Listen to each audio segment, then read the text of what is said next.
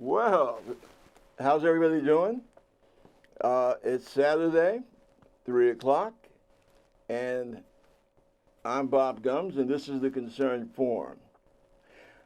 You know, it is hot as hell today here in Manhattan, the cradle of New York City, and it is one hot cradle, I'll tell you. I'm wondering if this might have something to do with this damn climate change. I believe it does.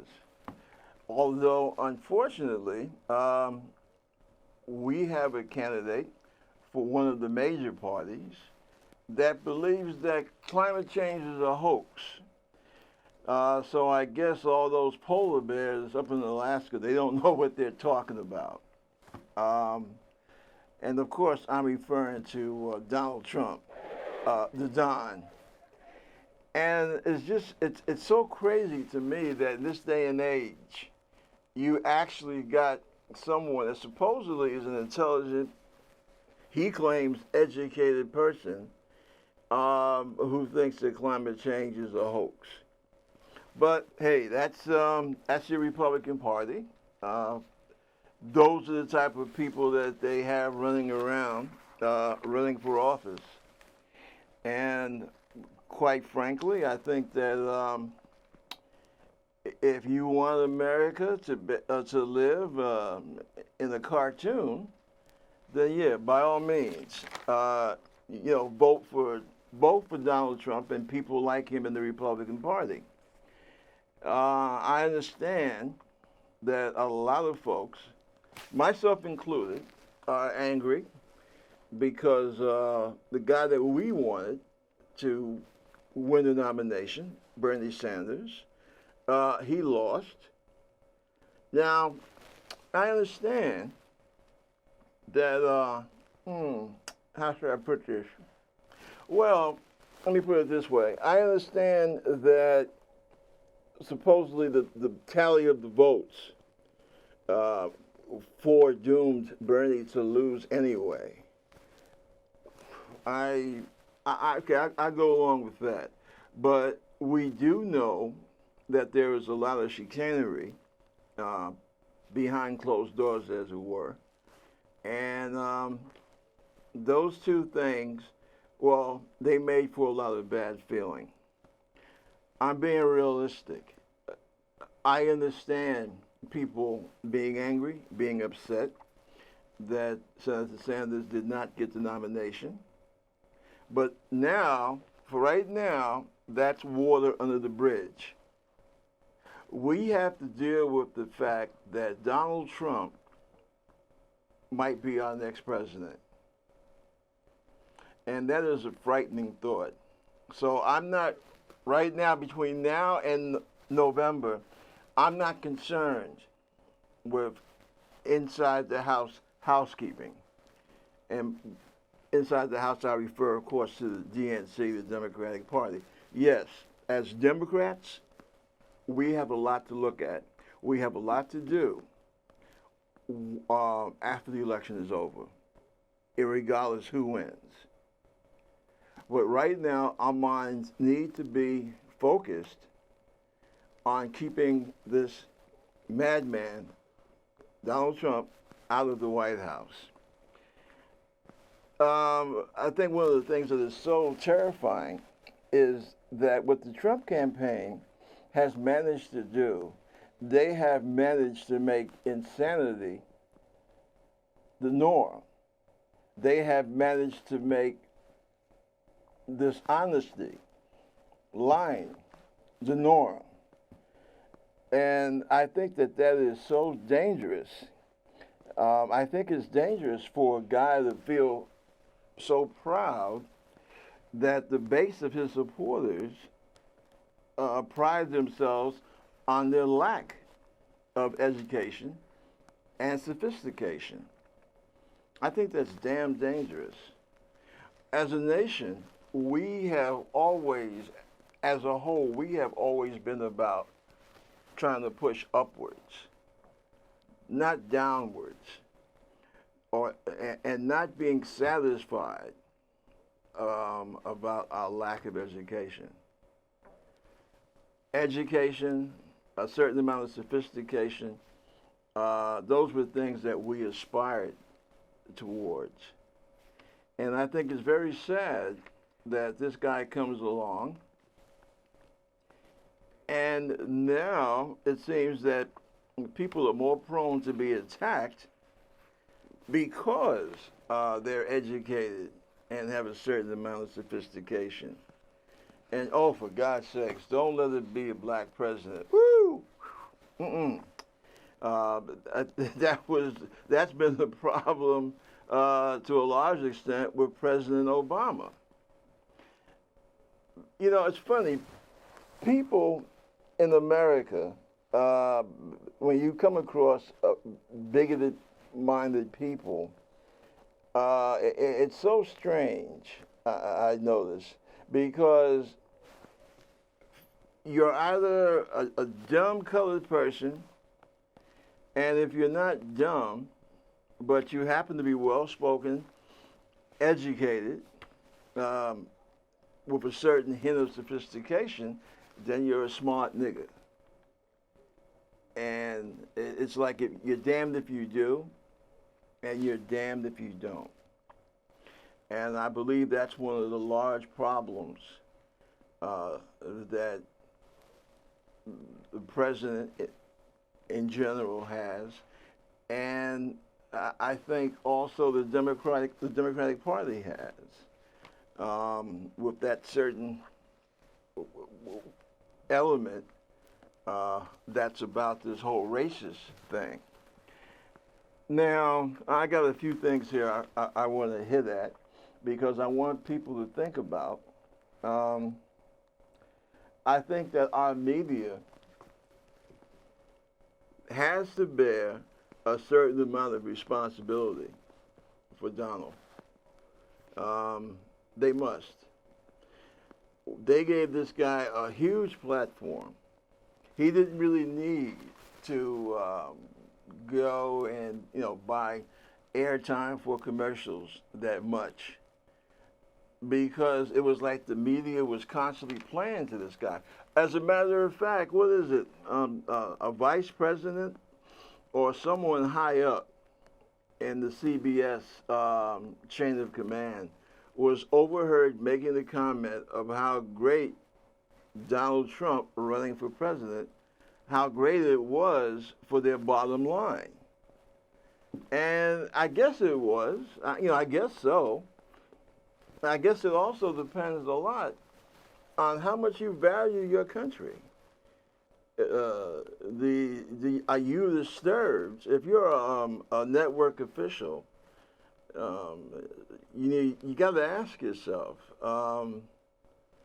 what's more valuable to you? Are you concerned at all about the fact that you giving this guy so much more airtime than his opponents? You might help elect an unqualified moron to the Oval Office. Does that bother you? I mean, it might have you singing all the way to the bank, but is that what you really want for your country? I mean, don't you and your family, your kids, your grandkids, you live here? Are you planning on continuing to stay in this country? Is that the kind of country that you want for yourself and for your families? I think the media really needs to think about that. And I'm not talking about censoring, okay? That's wrong. When anybody censors, that's wrong. But what I am talking about is giving unfair advantage to someone that is obviously doesn't know what the hell they're talking about. Now, we've all seen this since this campaign has begun. You give Trump and you give you gave Trump and you gave his surrogates so much time to literally say a lot of nothing. And you didn't spend enough time pinning them down with direct questions and demanding straight answers. You can do that. It might cause them to get up and walk off the stage, but that's fine. But you can at least let the public see that, yeah, you're doing your best. You're doing due diligence and trying to inform the American public. Now, I will say, well, we're in September. Okay, you know, the 9th, the 10th. Okay, I will say, with the exception of Fox, of course, but those of us who follow the news on a regular basis, well, we know what Fox is all about. I mean, and that's fine. But I'm happy to see the rest of the networks starting to really apply due diligence. I hope they keep it up in terms of asking Trump and his surrogates, just what the hell are you talking about? Now, wow, this guy is really something. Now, I guess you've all heard about the supposedly secret briefing that the candidates receive as we get, you know, closer and closer to the election. Trump comes off with this this comment about, well, he can tell. Basically, what he says is, I can tell from the body language that the intel people used at the briefing, I could tell that they didn't like the policies of President Obama. Now, I spent 5 years in the intelligence community. I was an intelligence technician assigned to the Defense Intelligence Agency, DIA. Top secret clearance, the whole entire ball of wax. And I have helped with a few briefings to high-level people myself. I've helped with briefings for the president. I've helped with briefings for the chairman of the Joint Chiefs, a congressman, I believe, here and there. So I have some idea of how the mechanics work, you know, what goes into that. And the idea that this guy, who has essentially spent his life in real estate, I could say something nasty like he spent his entire life ripping off his employees, you know, and stuff like that. But we won't go there right now. But in other words, someone is, hell, when he had a chance to go into the military and get involved in intelligence work, he didn't do it. What was it, 3 or 4? No, I think it was 6 deferments.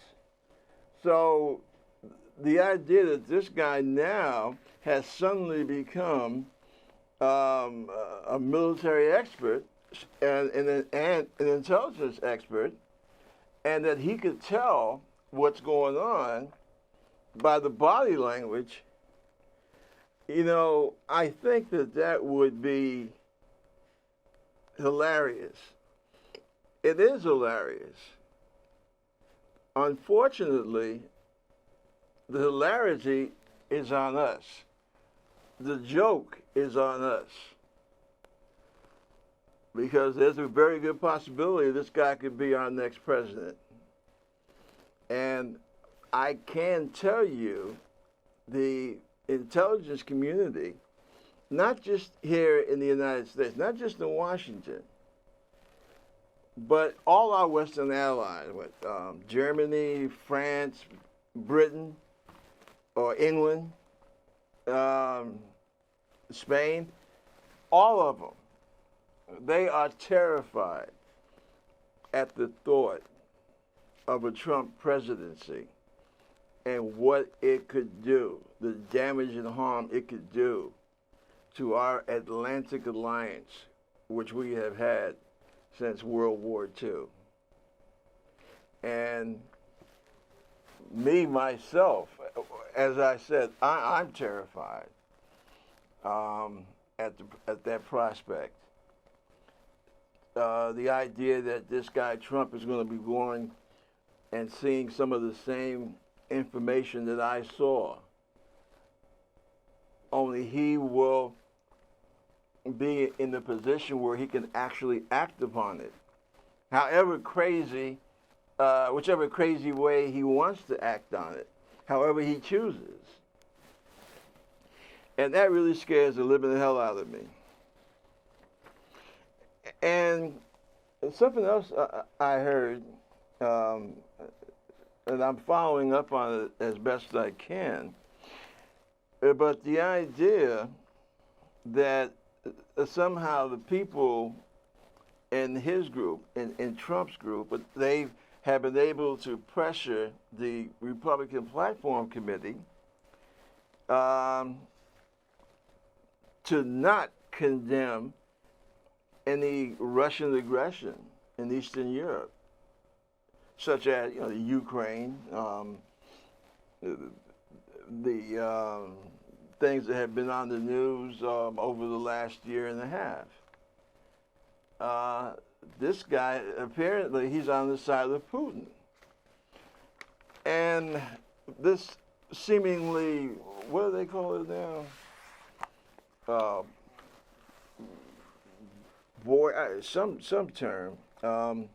But the idea that he looks up to this guy so much, even to the point where he actually suggests that President Obama should have been more like Putin. And, I'm like, well, damn, where has this guy been for the last 40 years? Has he seen what's happened with the old Soviet Union, now Russia, over the last 40 years? Does he understand what's been happening in that part of the world? Obama could be just like Putin.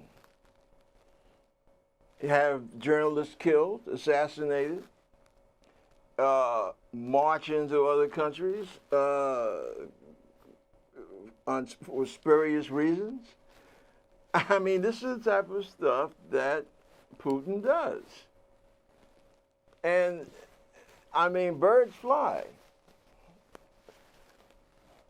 Dictators, autocrats, they do their thing. The question that we need to ask is, well, wait a minute, man, why do you hold this guy in such high esteem? Why do you sound like you would like to be like him? Is that what you have in store for us here in America? That the laws and restraints that you come across in our constitutional system, you just want to tear them up and do things your way? And you think that that's the sign of being a great leader? I don't know about any of you folks out there, but I think that's kind of scary, quite frankly. This is something that, I was trying to make these notes, and I was trying to remember, things out of my past when I used to when I was assigned at GIA. The idea that what's going on right now is that the Russians seem to be involved in a kind of a hybrid warfare, It's like warfare, but not the conventional warfare, bang, bang, hand grenade, hit the deck, boom. We're not talking about that. We're talking about a type of warfare where, the media becomes a weapon. Other people can be used as weapons. Uh, as a former intel person, I would have to say that Donald Trump has given the appearance that he is an unknowing, not realizing that he has actually become a surrogate and like a co-ally with Putin and Putin's Russia. And like I said, I know our counterintelligence community is terrified. This guy is holding hands with the former head of the KGB. All right, this is just like,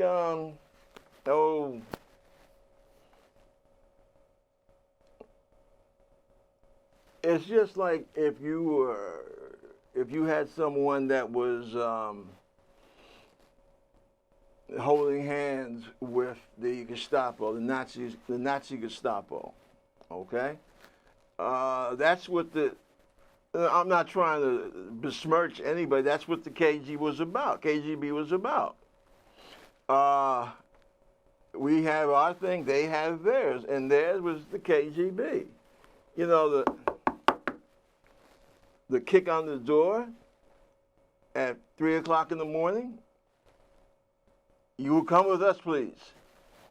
Yeah, that was Putin. That was his KGB. And this is the guy that the Donald says he looks up to and gives the impression that he would like to emulate. And something else I think needs to be brought up. And I'm not switching the subject. I'm bringing up something that I think it kind of dovetails into what we're talking about here. We have these. I won't call them fringe parties. The Green Party and the Libertarian Party with my boy didn't know what was going on in Syria with Aleppo. But I really have a problem on a couple of different levels at this point. Because to me it seems like these outside parties, and when I say outside, I mean outside of the two-party system. And they say they want to break down the two-party system, blah, blah, blah, and open it up. Okay. Generally, that's an interesting idea. It doesn't sound like a bad thing. But the problem is, and now I'm not just speaking as a person that actually had some experience in the inner workings of government. I'm also speaking now as a black American man, one who's had a family member back in the day that was a victim of a lynch mob. And I throw that in because I'm trying to make a point. Forgive me if I'm not good at it, at the point I'm trying to get to. But we have a situation right now that this is not a typical election. This is not the typical, two-party Democrat, Republican, scratching at each other, quote unquote, supposedly using scare tactics. This is not that kind of election. This is not typical. I've never, as far as Democrats lying in typical elections on Republicans, I have a hard time with that one. But I'll throw it in there to help make my point that this is not the typical election. And by the way, in a typical election, when the Democrats are trying to tell working people, watch out for the Republicans because they're going to take your Social Security away, that's not a lie. They've already attempted that. So I had to throw that in there. But in terms of this being a typical election with typical scare tactics, I'm sorry, folks. That's not the case. Anyone that tells you that, either they don't know what the hell they're talking about or they're telling you a lie. I would say that this is probably the most dangerous election that this country has seen. I would say probably since 1932. And in 1932, we were in danger of having a coup d'etat at that time, because you had a real disastrous economic situation. And we were saved by a couple of people. One was Franklin Roosevelt. The other one, as I'm proud to say, was the United States Marine, whose name, unfortunately, I can't think of off the top of my head. Was it Barney? But at any rate, this gentleman was appealed to by a coalition of businessmen, corporate executives, rich people. Smedley Butler, that was the Marine's name. He was a major general. I think he's about the only military person that ever won the Medal of Honor twice. And they wanted him to basically run the government, or at least get a group of veterans together to overthrow Franklin Roosevelt. And what he did, he played along, got the information, and then he exposed them. And that's why that Marine will always be a hero to me. And there are folks right now that are wondering, are we facing a similar situation now? Is Donald Trump trying to have a type of coup d'etat here so he can have the opportunity to be an American Putin? Frankly, I tell you, I definitely get that impression. And it would also seem that he is trying to build up the steam so that we could have a racial conflict here in this country. I mean, you have to remember, what started this gentleman's campaign? The president, the first black president, is not an American. That's the first thing, where he really got into the public notice nationally in terms of politics, right? That's how he started, right? Obama was born in Kenya. It's a lie. He's really not the president. It's a fake job. And then when he wants to actually announce his candidacy, what does he do? He starts off with a whole tirade, a terrible slur against Latino people. What does Mexico send us? He says, they send us their murderers, their rapists, their thieves. Now, if that is not a call for racial disharmony, if that's not waving the proverbial red flag in front of the bull, I don't know what the hell is. And this is how this guy started his campaign off.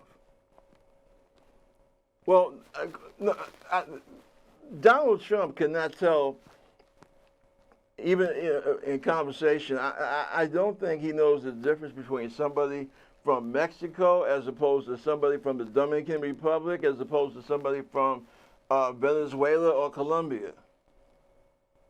So, as far as I'm concerned, his slur was meant for anyone of a Latino background. That's how he started. That's how he got his start in politics. So I don't think anybody should look horrified or feel shocked when I say that this guy is basically, he's trying to start some type of race war, some type of racial disharmony. The comments that he has made about blacks, remember at his campaign rally, oh, well, back in the old days, we knew how to handle guys like that. And then when one of his crazy sycophants swings on a black demonstrator that was nonviolent, Trump, he's up there cheering these people on, even offering to pay the guy's legal fees. So I don't think that I'm being too harsh or paranoid when I say that, hey, Donald Trump is running a campaign based on race. If you are not a white male American or a white woman that's willing to be like second fiddle to his violin, you're a bad person. You're not a good American.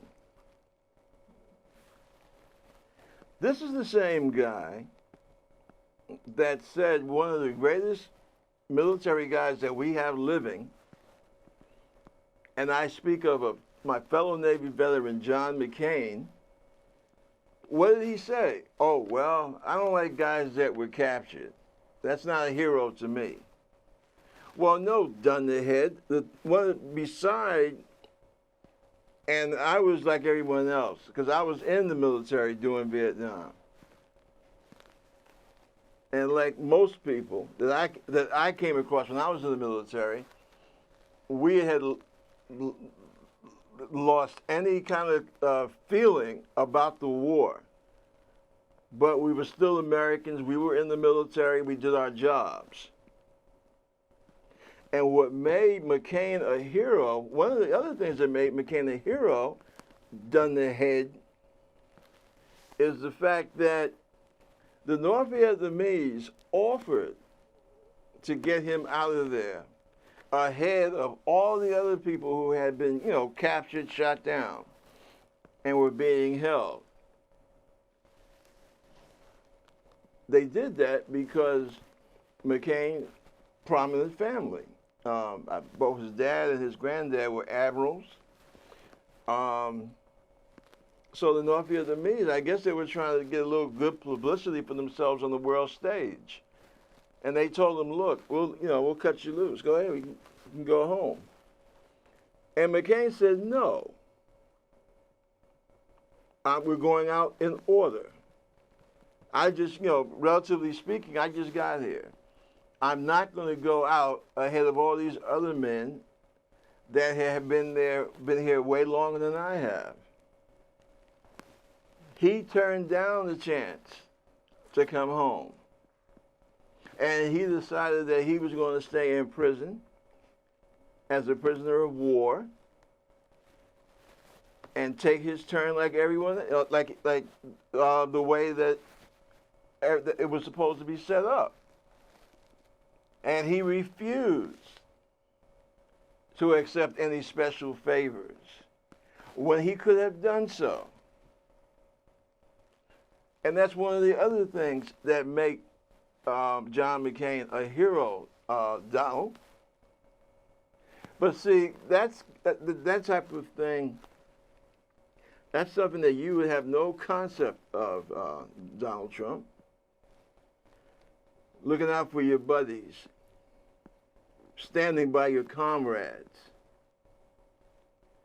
actually living by the Constitution and the oath that he took when he became a naval officer. And I'll tell you something else. One of the three main things that fuel your campaign, Donald, is race hatred. I mean, let's face it, let's cut the crap. The economy, yeah, that figures in there to a certain extent, but a lot of that, well, working class people, and I know I'm going to catch up for saying this, but for the last couple of decades, you guys have been voting Republican all the time.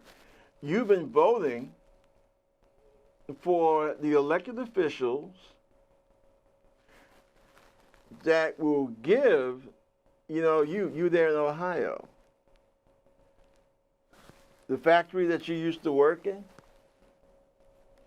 that's now in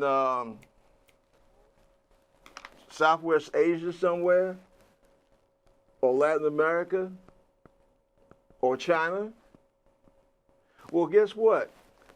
That conservative, that Republican that you voted for, he voted for a measure so that this guy, the factory guy, can get or the corporation guy can get a tax break for taking your job away, for taking that factory, that corporation out of your community and putting it overseas. And he got paid for doing that. And you voted for the people that made that crap possible. So, and that was you were doing that before Obama ever came to the White House. So you see, you kind of helped yourself to your own destruction. Let's be clear about this. Middle class, working class, used to be middle class, now you're low income, flipping a burger, if you're lucky, in many of those communities in the Midwest and down south. Don't get mad at people who tried to help, and all you did was sit in the bleachers and scream at them, "Oh, you dirty liberal. You're a dirty lefty. You're a socialist." And these were the folks that were trying to help you.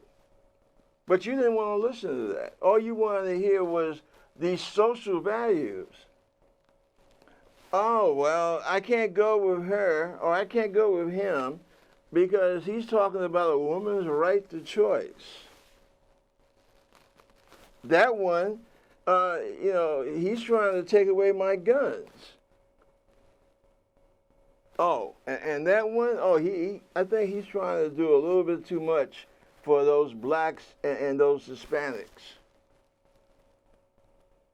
That's the kind of crap that you hear in many of these communities, all right? You vote Republican, unfortunately, the interest of the Republican Party. This is not the Republican Party of my father's day, when he was a district leader in Harlem for the Republican Party. That was back in the 50s and early 60s. They're not worrying about labor anymore. They're worried about what they can get from their corporate their corporate supporters. And they're not worried. They weren't worried too much about your job. But what they did, they held out race, they held out sex, okay? Those third rails of American politics. And they threw that on the table for you to play with, and that's exactly what you did. And while you were sitting up there worrying about Jolene Clancy down the street having her freedom of choice,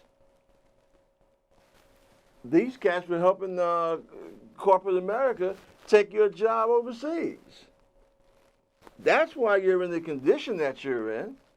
And no, it wasn't because of black and Latino women on welfare. Sorry. Corporate America has hit this country for billions, while steadily cutting back on things like food stamps, things like unemployment in many of these states. That's where the problem is. That's what happened. Infrastructure. There's no infrastructure hardly being done in this country. Every time a Democrat tries to get an infrastructure bill through, what happens? It gets shot down. You cannot expect to have a decent, good quality of middle-class life if you consistently keep voting against your own damn interest. And that's what's happened here in this country. And Donald Trump is not going to change that. You have to change that. All he's trying to do is basically get you stirred up behind race and behind class. And you keep, and again, I'm very much concerned, very much afraid, because a lot of you folks are falling for it. And a lot, most people are basically decent people. They're not, they don't want to be racist, antagonistic towards other groups. But what happens when people think that their economic life is being threatened, people get very uptight, okay? They get very mean-spirited. And Trump and his group, that's what they're taking advantage of. And it's time that you folks out there realize that what's happening out here. Now, I'll be honest, like I said, I was a Bernie Sanders supporter in the Democratic primary. And I say that to also say that, yeah, there are policies that Hillary has projected over the last couple of decades that I don't agree with. Surprise, surprise. I don't agree with everything that Hillary Clinton's ever done. But I know damn well that we'll be better off, and our country can remain whole with Hillary Clinton in the White House. Donald Trump, he's not trying to build anything. He is trying to destroy. We have people in this country right now, and I guess because they're still stunned, because we've had a black president get elected twice in this country, and there are a group of people in this country that are very angry about that, very hateful about that. Look at the governor of Maine, for example. I go traveling up to Maine, I have to be careful because the governor of that state has already declared people who happen to have my skin tone enemies of the state, enemies of the citizens of Maine. That's what he said. I'm not making this up. People of color, we are the enemy, according to him. I fought for this country. I got disabled in the service of this country. And yet, according to him, I'm an enemy of this country. This is the kind of thing that Donald Trump has helped to bring out. Now, I'm sure that the governor of Maine has always been a jerk. I have no doubt about that. But when you have a party that features at the top of the ticket a Donald Trump who comes into politics spewing hate, what do you expect? You give people like that clown up in Maine, you give him a chance to amplify his craziness. And see, that's something, those are things that the American people really need to start thinking about as we draw closer to Election Day. And I think that these fringe parties, these third parties, they really need to just stop and, take a look at themselves. I'm very leery. I would be very leery of a party that you haven't gotten anybody in Congress, and you have been around for what, 5 decades now? You haven't gotten one person in Congress, and yet you're going to run for president? At a time when we have someone that is actively trying to tear the country apart, essentially. I have a big problem with that. I have a problem with African Americans that sit down and talk with Donald Trump. Because that's like a group of Jewish people sitting down having a cup of tea with Adolf Eichmann. They did the right thing. In real life, in real history, they did the right thing. They caught him and they hung him.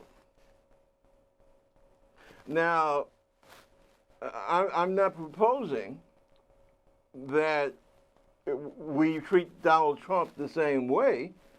Fortunately, in this country, under our laws, we don't have to worry about him or someone like him doing to us what unfortunately happened to the Jewish community in Germany.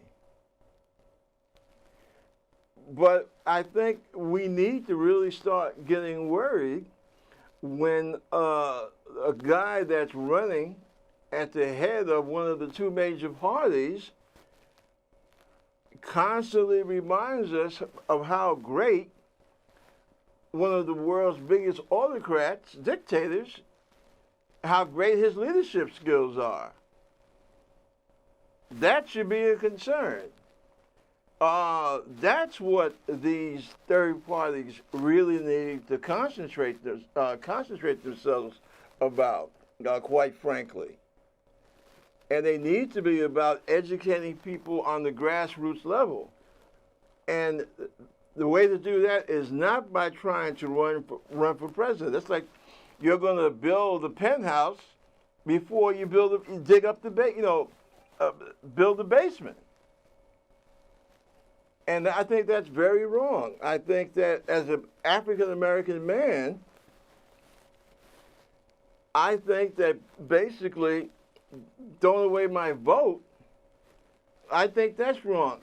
People of color, we don't have that luxury.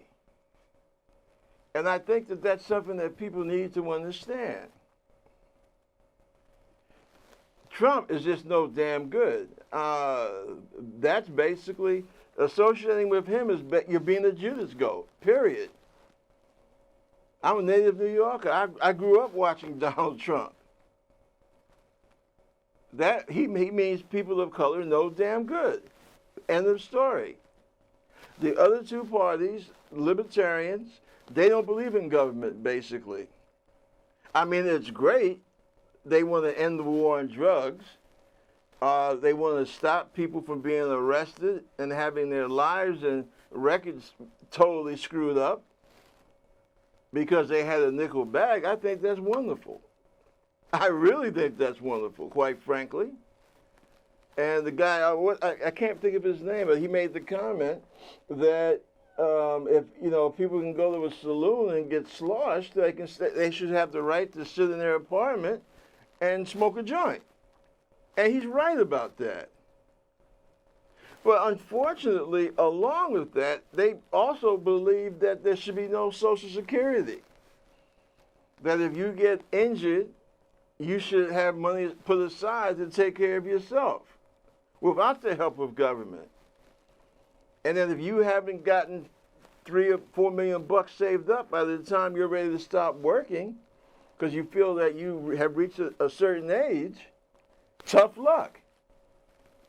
I don't agree with that. And I don't think most of you folks out there agree with that either. As far as the Green Party, I think that they are well-meaning people. I would never say that, anything contrary to that. The problem is that they have not taken the proper due diligence to work on the grassroots level. Why are you going to try and elect one of your members president, when you have shown that you can't even get one of your members elected Congress anywhere in the United States? I don't understand that logic. I truly don't. Right now, this country is fighting for her life. Okay? We're fighting against the Breitbarts, for example. People who are they hate blacks, they hate Jews. Trump's male campaign manager had a problem with his ex-wife, with the school that his kid was supposed to go to, because what did he say? There are too many Jews. This is Trump's inner circle. He sits up there and he talks about, the wonderful Confederate flag. Yeah, the Confederate flag is wonderful. It's so wonderful, it belongs in a damn museum. And it should be out when reenactors are making movies. And that's it. But this whole thing about white culture under attack, these are the people who say this stuff. These are the people in Donald Trump's inner circle. And I really look at black people, especially, ministers, preachers, what have you, that formed part of Trump's black posse, as it were. What's that guy's name? The former brain guy, Carlson. I wonder if at some operation, I think somehow he might have clipped one of his own nerve endings in his own brain. Why would any sane black man or black woman be involved with a guy that is looked upon as a messiah by the Ku Klux Klan? Have we lost our minds in this damn country? I just don't, I don't see that. And I really wonder what community, I guess they must have their own little whatever to get together in. Because these people should have no credibility whatsoever in the black community unless they come to see the error of their ways. Because right now they are just serving as Judas goats. I won't even say Uncle Toms. They are working with a guy who has hired for his inner circle people who would prefer to see most blacks and Jews in a concentration camp. Sorry.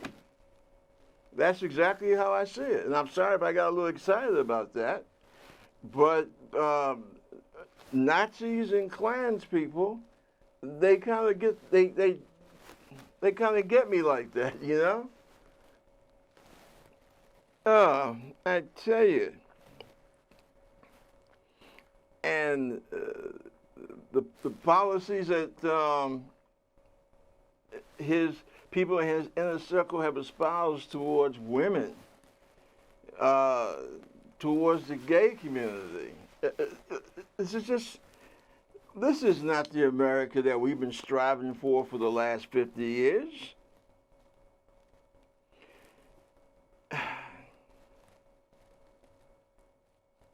And I think that what's really necessary,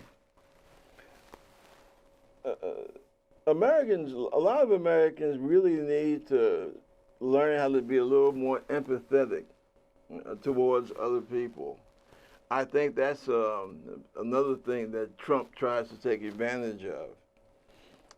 He thinks that he can say all these horrible things because he's able to get away with them. And that shouldn't be. Our country is better than that. And, you know, this idea with these emails, Hillary and her emails, you know, this is probably the most persecuted woman in the last 50 years, but she has never been prosecuted for anything because there's nothing there to prosecute her for. But see, that's the trick that we get from the Nazis. You put a lie out there and you keep repeating it over and over and over and over again. And some people will take it as the truth. And we have, as Americans, we have to be more careful than that. We have to really sit down and we really have to start looking at the facts. We really have to, when these so-called debates come up, we have to be really paying attention to know and see who really knows what the hell they're talking about. Listen, we're going to get together again next week. And I want to thank you for having me in your home. Keep up with the news, and not just one source either. The media, they need to do things to improve themselves as well. But we all really need to start paying attention to the facts. And we got to remember, this is our country. We all live here. This is the Concerned Forum. I thank you for your time, and I'll talk to you next week. Bye.